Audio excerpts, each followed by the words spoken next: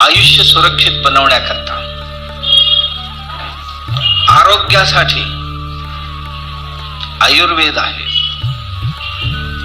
केवळ आमच्यासाठी नाही, वृक्षांसाठी वृक्ष आयुर्वेद आहे, मनुष्यासाठी मनुष्य आयुर्वेद आहे आणि पशु पक्षी प्राण्यांसाठी पशु आयुर्वेद आहे.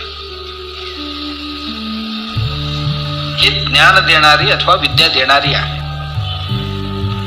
याशिवाय मनुष्य उल्लसित राहण्याकरता, आनंदी राहण्याकरता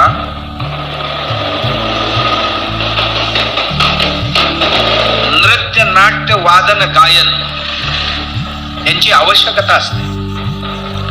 जेव्हा माणसाला आनंद होते तेव्हाच तो नाचत असतो, जेव्हा आनंद होते तेव्हाच तो गात असतो, जेव्हा आनंद होत असते तेव्हा त्याची अभिव्यक्ती करत असतो. त्या अभिव्यक्तीला नाट्य असं म्हणतात. नृत्य, नाट्य, वादन, गायन. गायनाला साथ देण्याकरता काही वाद्य बनवून घेतला की आणखीन सुंदर व्हावं याकरता. याला आपण गंधर्व वेद म्हणतो. माणसांच्या आनंदासाठी, मनाला विकसित करण्यासाठी, बुद्धीला जसं विकसित करण्याकरता ही सर्व कला आहे त्याच्यासाठी. त्याबरोबरच शिल्पवेद. शिल्पवेद ही शरीरासाठी आहे. 14 विद्या ही बाजूला काढले तर 64 कला जी आहेत हे सर्व ही अक्षर, गणित,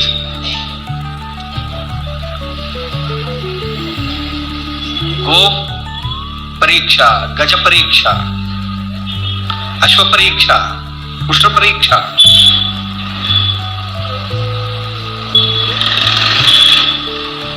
धाडाबंदी, मूलिका सिद्धी, गुटिका सिद्धी, अग्निस्तंभन, जलस्तंभन, वायुस्तंभन,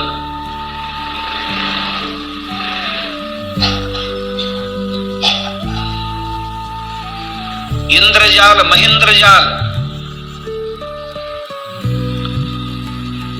अणिमा, गरिमा, लघिमा, महिमा, प्राकाम्य, प्राप्य, ईशत्व, वशित्व या सिद्धी सर्व हे प्राप्त करणे आणि त्याचा उपयोग करणं भौतिक जीवनासाठी.